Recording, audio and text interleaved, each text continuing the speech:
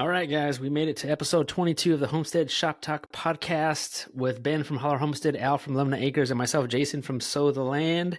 And if you're new to this podcast, I assume that you listen to all of our individual, or you watch all of our individual YouTube channels.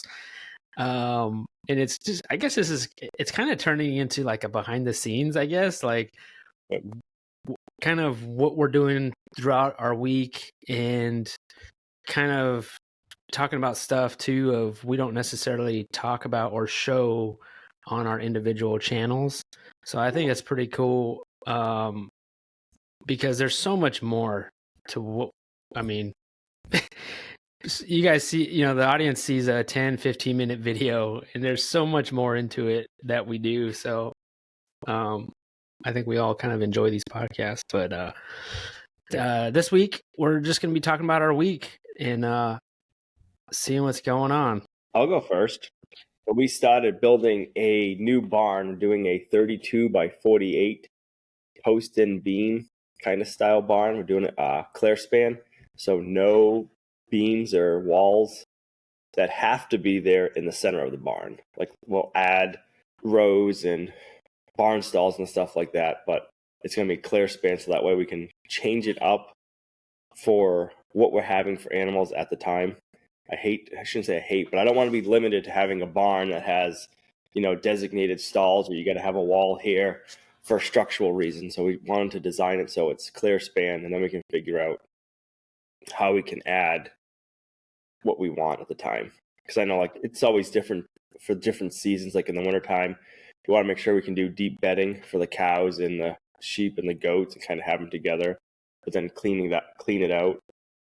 Come springtime, and then if we're lambing, we want to be able to have a place to have the lambs and piglets and stuff like that. So we're trying to build a barn that will grow with us, I guess, if that makes sense. Yeah. So we're kind of... Yep. That's smart. We're open, and we're looking for ideas for the barn layout for the inside. Like just different ways to kind of set it up for now, but keep it modular at the same time. Like you thinking stalls type of stuff?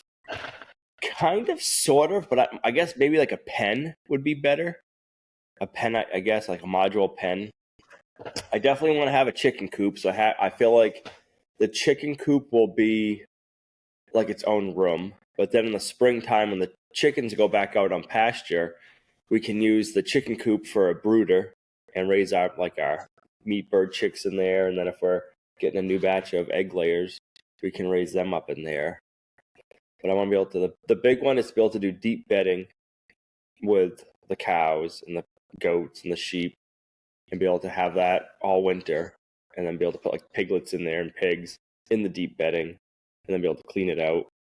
So we want to get more into sheep in the future. So we want to be able to breed the sheep. We want to be able to have a place for, like the springtime lambs, and then if we get into pigs, have a place for all that. In our winters, I don't think an open barn would be feasible. So it's trying to figure out, is there a way to do both? Like have it so it can be open half the year and close it up. So like right now, it's 48 feet long, and we have every 8 feet, I have a 6x6 post. And the posts are 10 foot tall. And then we have our big header going across. And then on the 32-foot long wall, that's the gable end, we have 10 feet. So from this post to this post is 10 feet from outside to outside. And then we have 12 feet. So in between the two posts is 12 feet. So if I want to put a livestock gate, I can put a livestock gate in here, and it'll be able to close and swing freely. And then on the other side of that, it's another 10-foot post to post. So I'm thinking I want to be able to have a livestock gate, but I also think I got to make barn doors. So in the wintertime, if it's like 20 below zero or 40 below zero Fahrenheit, if we need to close the barn doors, because it's super cold, we can. But then in the nicer weather, we can keep the barn doors open and keep some good airflow going. So I guess that's kind of the dilemma I'm trying to process right now. Maybe make it as many walls as you can, like just sliding, so you could just open and close them. Something like that. Be really but cool. We're going with I'm just trying to plan. It's hard to do, but I'm trying to plan so it can grow with us, if that makes sense. We did like your building, Jason, that you did with the single pitch roof. So we got trusses coming. We did 312 pitch roof, and it's gonna be, so we got 10-foot tall 6x6s, and then the front of the barn to the peak is gonna be like 18 and a half feet high, and then it'll go to the back. But the reason we did that, so is if we want to add on, we can drop the pitch in the front and then go this angle if we ever wanted to add more stalls. I think that's the hard thing when you're trying to work with a budget and work with what you have for time and ideas, but you don't want to like pigeonhole yourself into this one thing. You want to be able to grow. So it's, I don't know, it's trying to work all that stuff out. Yeah, that's hard. Yeah, because you can't predict the future, and you don't want to overdo it either and spend a bunch of money, and you're like, dang. But I don't know. I don't think you probably wouldn't ever like, oh, this is too big. Right. Yeah, that's a good point. You definitely would probably say, oh, this is way too small, you know? Right. Yeah. Hopefully the food movement gets bigger and bigger and we can start growing more and more, but time will tell with that. And I guess we never know what'll happen. Yeah. So I'm all stuffed up. It's starting to get cold here. It was like 30, I think, for a high, and it said it felt like 18. So I've been outside working in the wind all day. So did you get snow yet? We had some snow flurries this morning, and it's been sticking, but we haven't got like any accumulation yet. I think they're calling for 2 inches of snow tomorrow or Wednesday. Yeah, that's probably the storm we're getting right now. Okay. So you'll get like a half inch or a quarter inch of rain, maybe?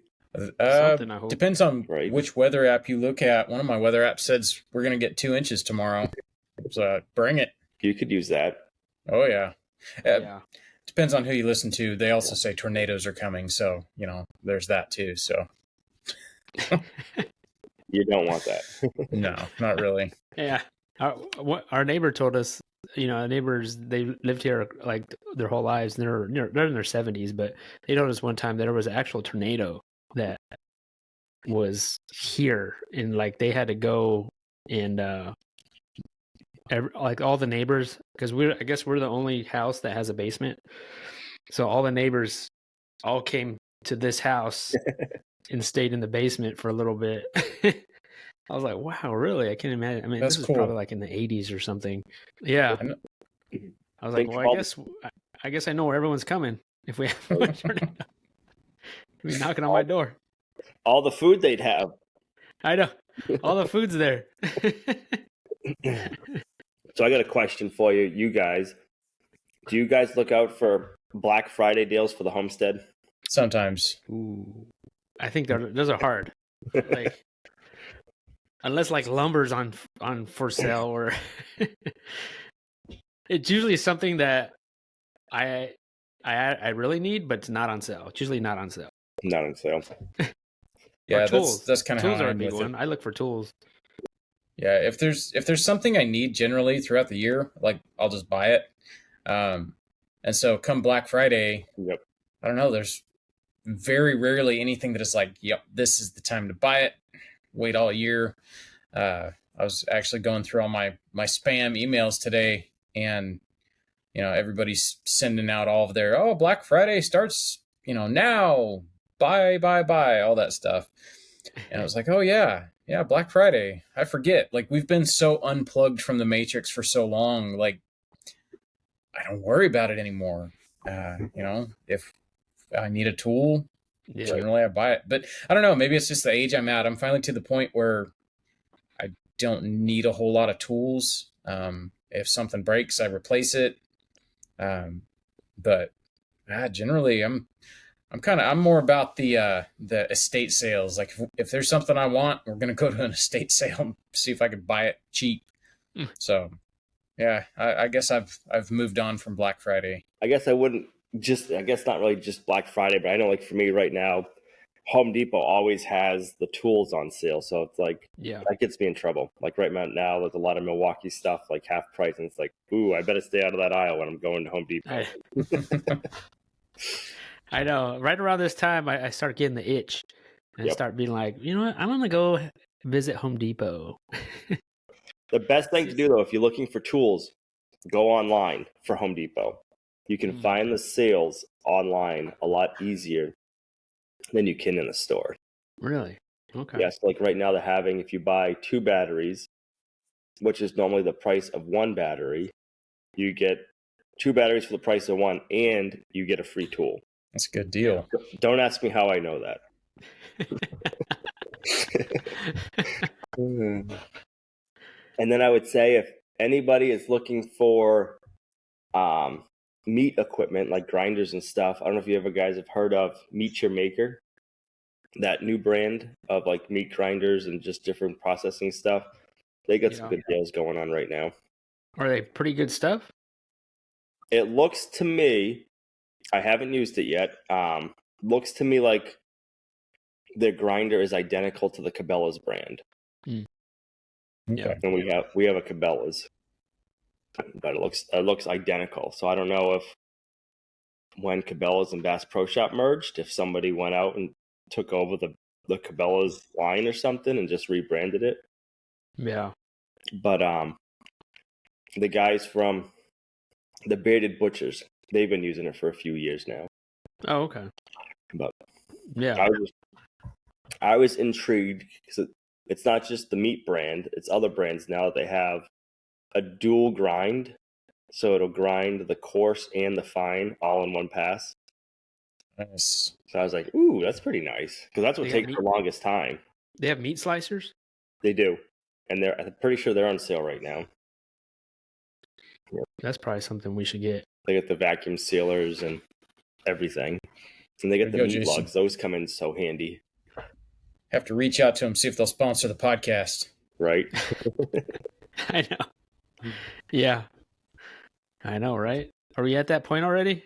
Hey, we're in the top 1% now. You never know. 22 episodes. Like, find a sponsor. Any sponsors out there listening? Now would be the time to speak up. Right. You gotta send a meat slicer to all of us. We'll try it out. That'd be great. Yeah, we got a meat slicer a few years ago, and that's kind of been a nice difference for making your own bacon, to be able to slice it what thickness you want. Yeah, we actually just got a new meat slicer, like a real meat slicer, and man, it is so nice doing all the cured meats, the copas and stuff like that. You slice them so thin you can see daylight through them. A good slicer is worth the price. Now, would you guys ever think about getting a bandsaw for meat? We have actually had that question. We had that question at our last class. A couple people were like, "Hey, how do you feel about a bandsaw?" I don't use a bandsaw now. I suppose if I really wanted one bad enough, I could go clean up my bandsaw down in the shop, clean it up real good and get a stainless blade for it and all that, and I could cut up meat on that thing. But everything that I want to cut, I can cut with a handsaw. It just takes longer. So I don't know. Yep. It's one of those things. If a bandsaw were to fall in my lap, I would probably use it. But as it is now, I don't need it now. So I don't know. I don't know if I necessarily want one. Yeah. That was what it was at the class. There's a guy who also loves going to estate sales, and he's like, "No, if you found one, would you get it?" And it's like, well, if the price is right, get it for, $50-$100, something like that. Yeah, I could, sure. I'll be the proud owner of a meat bandsaw, but I don't know. It's not a real high on the priority list. Yeah, I could see getting one if you had like a really specific, like if it was a permanent there, like a permanent butcher room or something like that. The only thing I miss with not having a bandsaw is if you carry your own hams, is not being able to cut ham steak. Yeah. Where I'd like, a bandsaw would be that. But other than that, I really don't think I would ever use it that much. It seems like it'd be a lot of cleanup. Especially just for ham steaks. Yeah. You're longer cleaning it up. What'd you get into, Ben, this week? All right. So I started skirting this mobile home finally. Everybody said, "Yay!" Yeah, I finally decided to tackle that project. Honestly, it's a couple day project, but there's everything else that goes on in between all the behind the scenes, like we were talking about a little bit ago, the stuff that has to get done, period. So, we just did this 2-pig workshop. Well, there's all the stuff that isn't even necessarily on YouTube that we do. There's the curing of the bacon and the smoking of the bacon, which I was smoking bacon today and yesterday. Just a whole bunch of stuff like that, dealing with, the liver, making liver pate and stuff like that.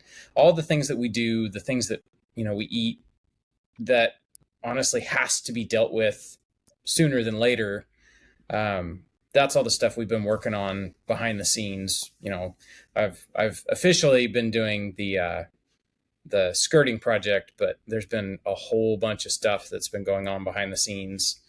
It's just a busy time of year. I mean, I think that's what it is. It's just a busy time of year. When you start putting your animals in the freezer, there's a whole bunch of stuff that goes with it. Seasoning sausage and making sausage patties, all the stuff that Meg is like constantly doing in this kitchen. It's kind of cool. It's the magic that's happening behind the scenes, I guess. So that, for the most part, is what has been occupying the past week, is all of the behind the scenes food prep and stuff like that. I guess, when you're staring at it, this is this coming year's pork that we're putting in the freezer. So you do all the work up front and then you can enjoy it later. And so that's what we're currently working through. Yeah. Are you framing out the skirt with like 2x4s and stuff? Yeah. I had originally wanted to pour like a footing, and I said, to heck with that idea. That's going to take too long. So I'm just laying down solid block and putting the framing right on top of it. It's still like light years better than what was on this thing when we got here. And I think what's funny is I'm a little more than halfway done right now, and just having the outside edges of this thing just framed up. I'm not jacking up and setting the sides on 2x4s. They're just tight. You stand that 2x4 up and it's tight and not going to go anywhere. Just doing that on 2 sides of this thing now, it is so much more stable. I think it's one of the older boys, whenever he gets in and out of his bed on the opposite end of the house, I can feel, if I'm in bed, I can feel if he's getting out of bed. And since we shored up, all this stuff, that has since stopped. And it's like, wow, it's really still in this house now. This is kind of cool. Are you putting any kind of insulation behind it at all? No, probably not. What they had on this thing before was essentially just like a heavy duty tarp. Jankiest thing I've ever seen. All my water lines are already insulated. I've got heat tape and all that stuff. So pretty much this is just to stop the wind. Yeah. Once you stop the wind, it makes a huge difference. I think what's funny is the sides that I've put the skirting on already, those are the sides that the wind blows from. And, we almost always have a breeze out here. Well, on the nights that we've had a little bit of wind, I noticed that the floor is already warmer. Just, blocking that breeze from blowing through. So it's kind of cool. Yeah. It's more of one of those things I'm like, how did it take me this long to do this project? This is such an easy project. Yeah. It's a lot of work. I remember the mobile home that we used to have, it had a skirting, but it wasn't, it was attached on there pretty good, but it wasn't like framed in by 2x4s. So when we sold the property, the person who's buying it, their lender or whatever, they were like, in order for you to buy this house, there needs to be framed skirting behind that skirting. Like, you can't just be there. And I'm like, what? So I don't even film that. I don't think I've ever talked about that, because it was something that I needed to get done like now. Yep. If we wanted to sell that house. And so I got I heard my other friend, Ben Holt, and me and him in one day we knocked it out. Like we just framed in the whole skirting. We took the old skirting off, framed it, and put the old skirting back on, and just did the bare bones of what they wanted. I was like, man, it was so ridiculous. But Yeah, it's really easy. Looking at it, it's like, man, I feel like I could have got this whole thing done already. But, there's been a lot of, like, honestly, I think I've only got like 2 hours a day to work on it every day that I've worked on it. I've been at Lowe's every day. And so, it's like get up, do chores, eat breakfast, go to Lowe's, get everything I need, get back, don't get started till noon. yeah. And somewhere in there, I'm taking the boys to work. Yeah. So it's just like, man, this is taking way longer than it should. Yeah, you spend a whole 8 hours at Lowe's. Right. Yeah, so that's pretty much it. It's just that's been all I've been working on. I took down a tree in the woods yesterday. That was kind of fun. Great big old sweet gum that needed to come out. It was like, I don't know, maybe like 18-inch diameter sweet gum. It's about 100 feet tall. That was fun. I haven't really taken down a lot of big trees like that. I mean, it wasn't a huge tree, but it's still pretty stinking heavy. It definitely shakes the ground when it hits the ground. What'd you take that tree down for? Was there a reason, or? Because it is the site of a future hobbit hole out in the woods. In Nice. case people didn't know, like my children are very, very enthusiastic Lord of the Rings fans, and Brett, he's the 14-year-old. He has it in his head he's going to build a hobbit hole, and so he's got his plans and he's got his ideas of how he's going to build it. Every time I talk to him, the price is like going up higher and higher. It's going to take a lot of cinder block and a lot of digging, a lot of concrete, maybe a lot of metal, just to build the thing. I mean, we're talking like a 3-bedroom, 2-bath house dug under the hillside here. It's like, come on, man. Like you said, hobbit hole. I'm thinking like, little thing, like you can live in this thing. So we'll see. It might change when he starts digging. He might, reality might set in, but this one sweet gum was right in the way. So it was like, yeah, I'll take it out for you. So that was what we did yesterday. Cool. So just an hour ago, I just got back from butchering 6 turkeys. We got a late start today, plus it started sprinkling on us, and we still have to bag the turkeys. So that's tomorrow morning project. But yeah, we had 6 of our heritage breed brown turkeys that we got from a local farm, and I think they were like 25 weeks. I mean, they were getting older, and I was like, man, I'm done. Like, I don't think they're pretty. I mean, compared to the white turkeys we did last month, they are like probably half their size. Like big chickens. Basically, I mean the males. I think there was 2 males and the rest were ladies, but they were still a nice size. I'm betting they're maybe 13, maybe 15 pounds, but the lady turkeys, they were like, yeah, those definitely were big chickens. So I'm glad I was just done feeding them. I was just like, I'm done. Like, let's just butcher them. So I'm glad that's kind of out of the way. But man, I feel you on that. I mean, yeah, I'm ready to move on. They're not getting any bigger. So we did the fencing, 100-foot long fence. It felt like I did like 1,000, but it was only 100 feet.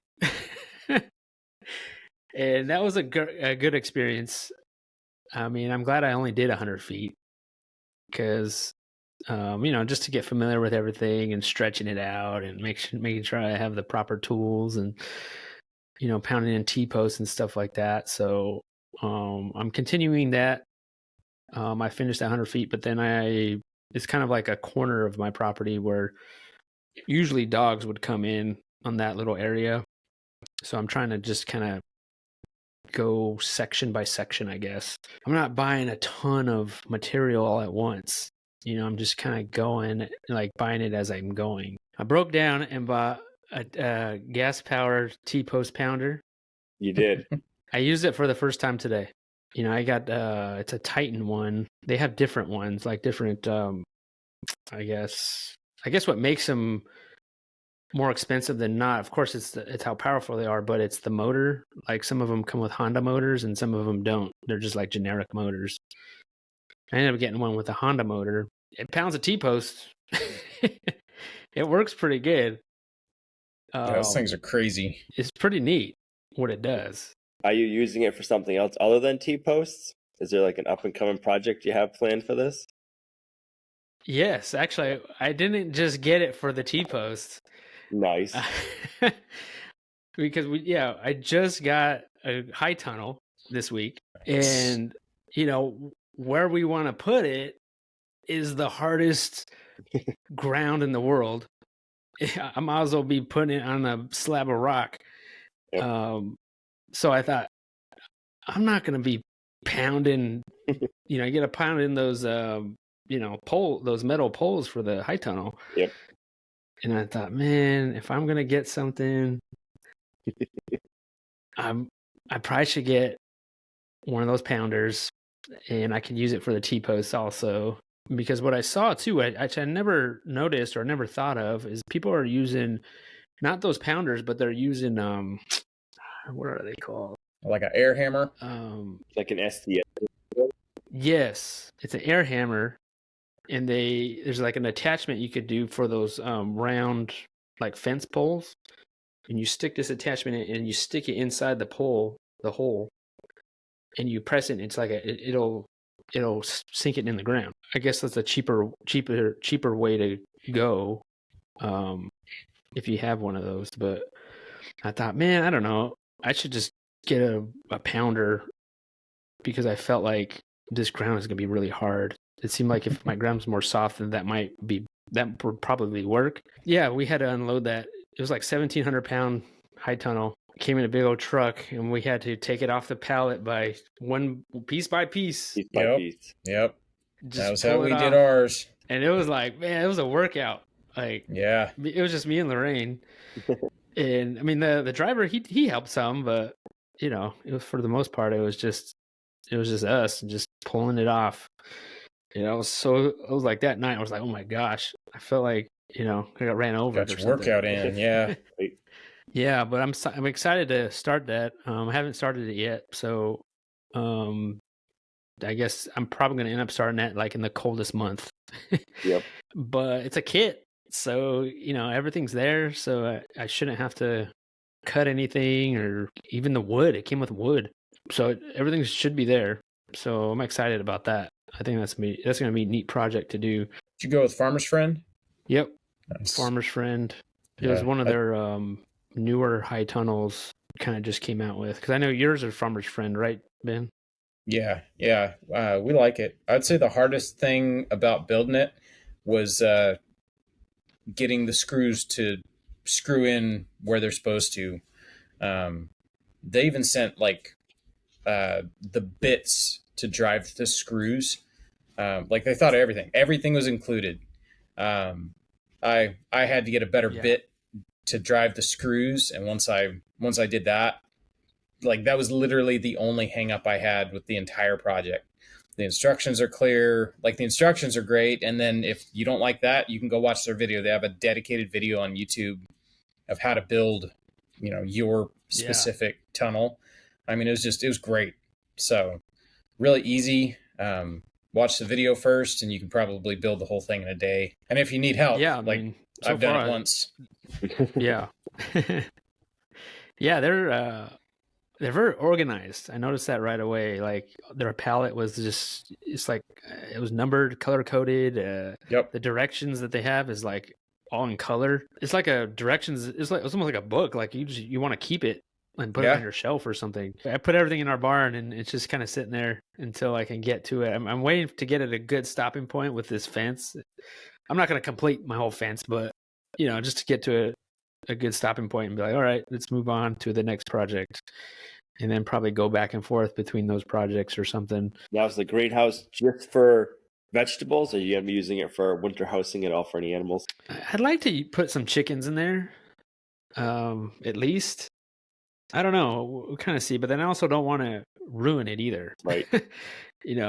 I kind of want to keep it a high tunnel. I don't want to have to put wood in there or poultry net, poultry wire in there or something, and to keep critters out. Like, I would hate to turn it into a giant chicken coop. Right. I feel like it's too nice for that. So maybe if I have something separate and have it for kind of animals, I still want to do like a pig shelter like I had at the old property. Did you leave that up the old property? Or did you take that all down? I sold it. Okay. With the property. With the property, yep. Yeah, that's one thing I kind of regret. Yep. I guess I didn't realize how expensive everything was going to be. Right. And now I wish I would have just kept it. Because I even sold it for, I didn't really, didn't sell it for inflation prices. I sold it or what I paid for it. Right. So, but now I kind of regret it. And I'm curious if the people are actually using it. They converted it back to a carport. Because or it's just sitting there still, all getting tore up. It'd be interesting. I think about that. Like, what if I find out down the road that my old property is for sale again, and then I'll go down there and shoot video and show what it looks like. I think that would be neat if I could do that, but I don't know. That's like a rule, maybe. But once you leave a place that you loved, you gotta let it go. I know. A friend I have back in California through the wanted to send me pictures of my old house, and it was like, please don't. I don't want to see it. So is that all the turkeys you've had? Like, you're turkey free for the winter now? Yeah, we don't have. The only thing we have right now is our egg layers and our coonies, coonie pigs. So one less thing to do in the morning. Right. Which is good. A little break. I was gonna ask you, are you guys gonna do beef cows again? Yeah, for sure. That's why I'm trying to. That's why I would love to get to a good point with the fencing. I mean, we've done it before without the fence, just single wire, but I don't know. I feel like I was pushing my luck. A peace of mind is everything in farming. I feel like that's true. It's a good night's sleep. It's like doing all the stuff that you possibly can to contain them and not worrying about it. If I get beef cows again, I would like to just take my time with them and just have them for a couple years. Not be such a hurry to butcher them, because I feel like my grass is a lot better than what it was. Then maybe sheep. I would like to do sheep too. Yeah, that's about it, I think. How old is your cow going to be when you guys bring him to butcher, Ben? Will he be 18 months, 2 years, or? Oh no, he was 2 years in October, so he's what is that? Wow. 26 months, something like that. We knew we wanted to take him up to 2 years just because he's a Jersey. Jersey's, he's not a beef cow. But I will say, I feel like I've been pretty upfront with this. It's going to suck putting him in the freezer.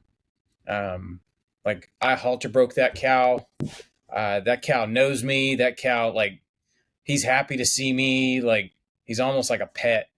And, when we got him, I swore to myself, it's do not get attached to this animal.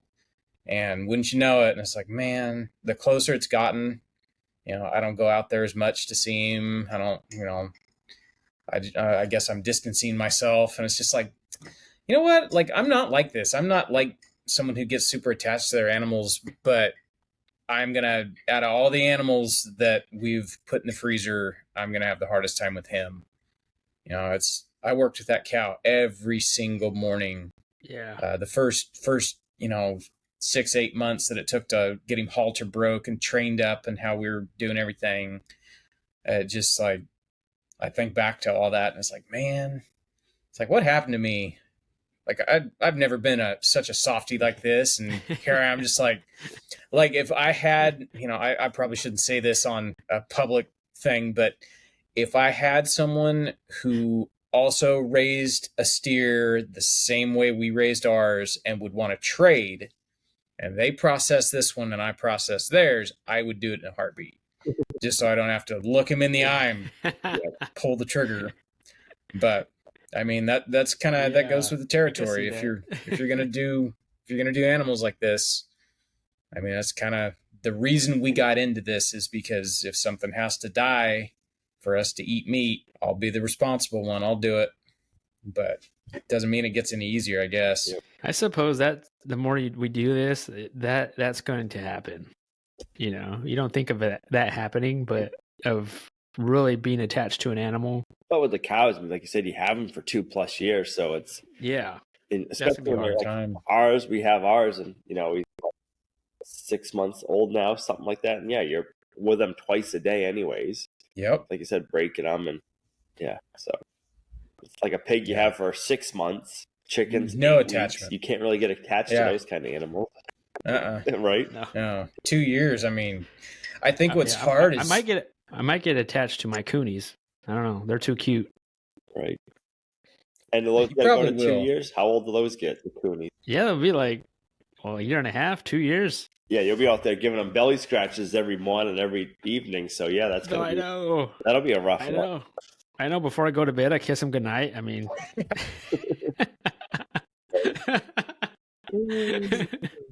It's going to be hard.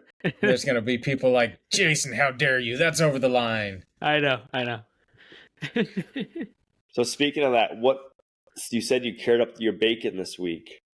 Have you seen a difference between your two different breeds that you guys did for your pig butchering on the bacon?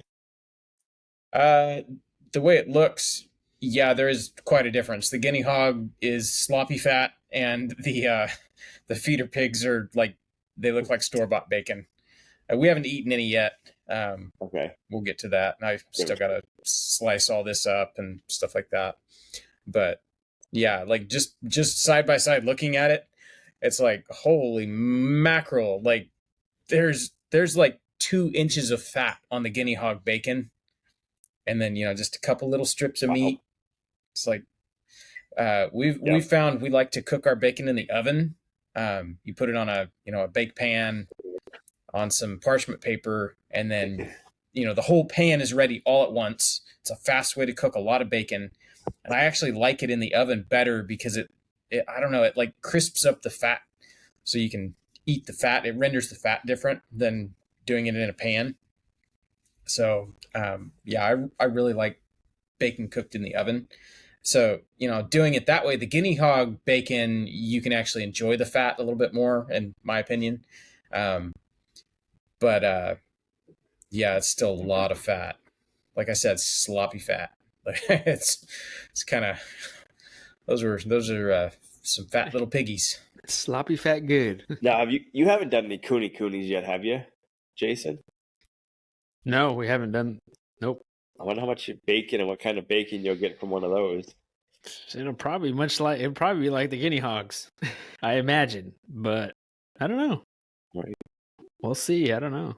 Everyone that I've talked to that has not guinea hogs, coonies, and I don't know. I don't think I know anybody that has actually had a coonie. Like they're all pets. People raise them. I feel like they're still kind of new. They're all pets. Yeah, or they just got into them. Like coonies. I feel like maybe in the last couple of years that people have started to raise more of them, but it takes so long to raise them. It hasn't reached the 2-year mark for most people. That's funny. Where's that breed come from? New Zealand. New Zealand. Okay. Yep. I think they were almost extinct, maybe 20 years ago. Like not that long ago. Well, I think they were almost extinct, and then people brought them back. Well, I think people in New Zealand, they, from what I hear, I think some people have commented, like they just raise them on grass. Like they don't feed them nothing. I've thought about staying away from the in vogue pigs, but after eating the mangalitsa like the meat was legitimately the best pork I've ever had. I mean, it's more like beef. Another pig I've thought about getting into is have you heard of those Chinese pigs, the Mishan pigs? They're like, I don't know, kind of, they remind me of a potbelly pig in kind of the way they're built. They kind of have like a sagging back. They have rolls like a Shar-Pei, and then their ears hang down. They're supposed to be pretty good too. But they can, from what I've heard, they can throw huge litters of like up to 28 or something like that, I think is what the record was. It's like, it's incredible. Wow. Yeah. Not that I want that many pigs in one litter, but it'd be interesting just to try out different breeds and just to do it, see what you like, see what tastes better, see how things cook. I mean, I think if you can, that would be cool. And then, it's going to take years, and then decide like, oh, you know what? We tried that. I like this certain pig. Like I like the Berkshires that we had. Their temperament, man, they were so easygoing. They weren't loud at all. They were just super quiet, and they were easy. Like they were pleasant pigs. Yeah, that's how we had some Hampshire Berkshire crosses, and that's how I would describe them. They were just like, they were super chill. I mean, they were pleasant pigs. I'd go out there when it was hot and spray them down, and they're like dogs. They'd sit there and, get in the water, and they're just super cool pigs. I think back to those pigs, and it's like, I need to get some more of those.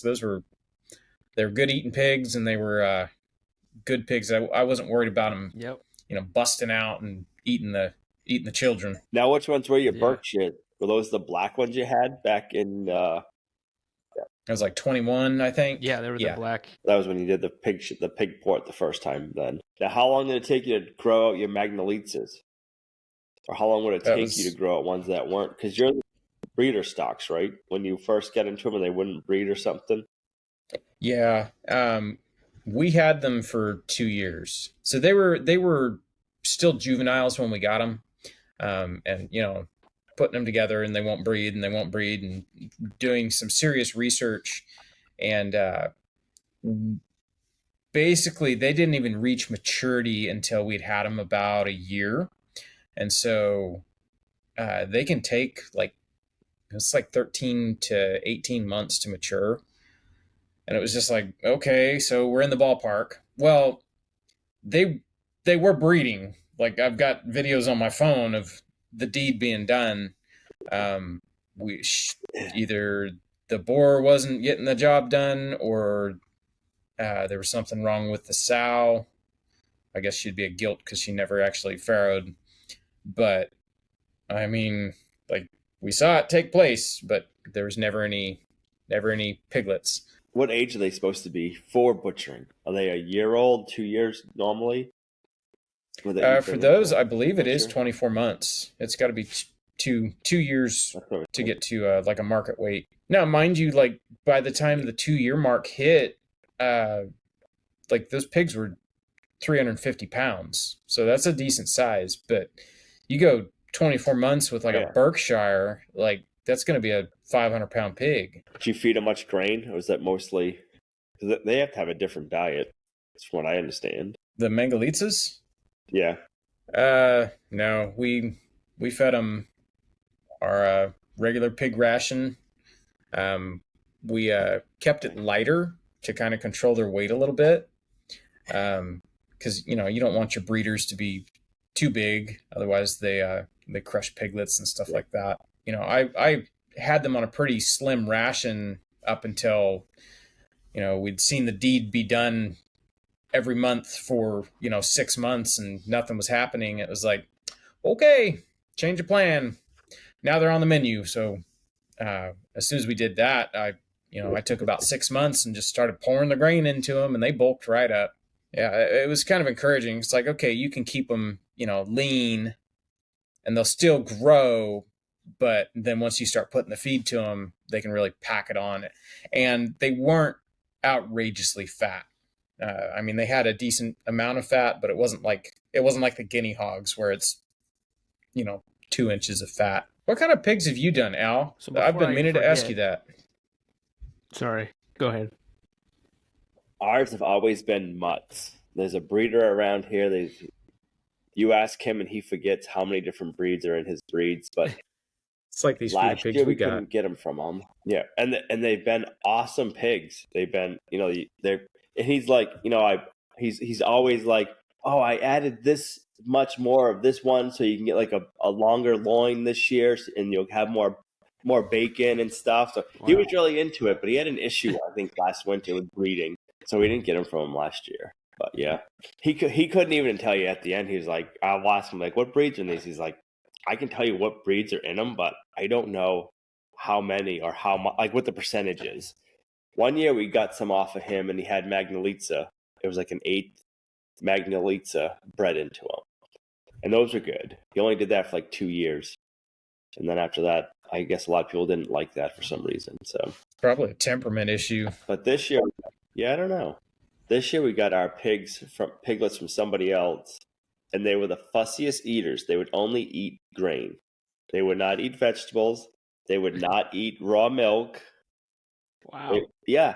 So I was gonna get fall piglets, and the lady called me up, and I was like, no, I can't do it. I'm like, I want pigs that are gonna be like my garbage disposal, and these weren't. I've never had a pig that wouldn't eat vegetable scraps or milk, or the only thing they would eat is chicken eggs and grain. If you put anything else in their food dish, they would leave it. Even milk. Yep. Like what? That's how crazy. these feeder pigs were when we got them, but they eat everything now. But yeah, like when we got them, I'd dump a whole bucket of food scraps out there, and they walk over and kind of snort at it and look at me like, what do you expect me to do with this? Where's the grain? But they've since, changed their ways. You wonder what that is. You wonder if that's like bred in them, or if that's how they initially were raised with just the grain. So they don't know any. They would root, like we had them out on pasture. We had them out in the woods. They would root. They would dig up, the woods and everything, but they wouldn't touch vegetables or milk. I was just like, come on. I've never had a pig that way before. I mean, we've even one year we raised a pink pig. And the pink pigs were amazing. They were, you know what I mean? They were scavengers, and they dug in the ground. And so I don't know Garbage disposals. what makes them that way or not. So you guys doing anything special, or do you guys do anything special for Thanksgiving? Well, first of all, I guess by the time this podcast goes out, we already have Thanksgiving. So It's a happy Thanksgiving to everybody. Yes. Happy Thanksgiving Before we to everybody. Right. Happy Thanksgiving. We go to Gina's parents. Oh, okay. Yeah, we go over there. But that's about it for our extent. I'll probably be working in the morning. I don't know. I can't stop working. Yeah. Amen, brother. Just another day. Right. Give thanks. Yeah, just another day, I guess. Another day at the office. Right. What do you guys do? Anything? Are you cooking any like certain food or anything other than turkey that you look forward to? Turkey. I think just turkey. Turkey. We might dip into that 2-year-old ham though. The prosciutto? That's what I'm talking about. Yeah. Nice. I'm kind of scared. Yeah. It doesn't look good up there. I don't know. I saw it. I think it looks fine. Rock. We'll see. I don't know. Hey, if you don't want it, all I can say is don't just go feed it to the chickens. Like, call me. I'll come get it. I got the deli slicer. Like, I can figure out some way to eat that thing. Like, I got the bandsaw down in the barn. Like a deli slicer. Like we could figure it out. On it. Yeah. Like you're cracking open a safe. Have you weighed it to see how much weight it's lost over the 2 years? No, I didn't. I think I have it listed. I want to say it was like 20 pounds when initially at first, but I haven't weighed it. I didn't like weigh it throughout. We just left it hung. We just hung it and just left it. Because we'll see. Isn't there like a rule of thumb? Like basically, you want it to lose so much percentage of its weight, so that way it's like most of the moisture's out or something Yeah, over the 40%. 40%. Okay. So you want it to be like 12 pounds now if it was 20 pounds kind of thing. Yep. Well, we cured another ham of this last spring, and it started to get maggots on it. Ew. We had to throw it out. Yeah, we've lost 2 like that. Kind of That's a bummed shame. about What That's it why has to do down with here your guys' climate, because you guys are gonna be pretty hot. Yeah, down here they used to do a thing called country hams, and they're buried in salt. Yep. A lot more salt. Like they're kind of like I don't know. It's like a quick and dirty prosciutto, if you will. That's why there was a lot more smoked hams and stuff like that down here. Come to find out, we're down here trying to do prosciuttos, and we've lost 2 to flies. And it's like, well, how the heck did the old timers do it? Well, the old timers didn't make prosciuttos. They made country hams and smoked hams and, a lot of heavy cure on stuff, a lot of salt, make it unpalatable to all these little bugs. And they would do it all in, December and January when it's freezing cold outside. Now they did a lot of, like the country hams, like sugar and salt, and they would just have I just remember seeing like old videos. They just had like sheds that were just full of like salt, and they would just leave them in there. It seems like forever hanging. Yeah. You pack them on salt. It's a long time you keep them just packed on salt. And then after, you're happy with the amount of cure, they'll keep like indefinitely on salt in cooler weather. Then you pull them out, wash off all the salt, pack them with your, sugar and salt and whatever, kind of rub you want on them. And then you can smoke them or let them dry, or, it's just up to you. There's a million recipes for making country hams.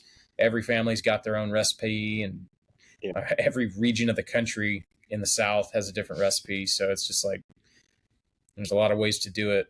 Come to find out, you can get twisted off on this studying about meat and preserving meat. It's been a rabbit hole. I think both me and Meg have been gone down for the past 2 years. You got to find like an old neighbor that's like 80s or something and have him teach you his ways. If you can find them. Right. Yeah, if you can find him. I talked to my old neighbor back before he passed away. I was like, hey, do you know anything about country hams? He's like, yeah, they're real salty. It's like, well, how'd you make them? Oh, I don't know. That was my dad's thing. Just like, no help. Gotcha. Oh, well. Well, cool, guys. I think, we're at an hour. We made it. Perfect. So I hope everyone had an awesome Thanksgiving, and Christmas is here, I guess. And crazy. Already. And hopefully everyone's driving around, going to shopping, listening to our podcast at the same time. I appreciate everyone listening and watching. And if you have not, subscribe to our YouTube channel, or leave us a comment or a review on Spotify, iTunes, and any podcast apps that you're listening at. And we appreciate you listening and watching. And I hope you guys have an awesome weekend and week. Thanks. Thanks, everybody. See you guys later.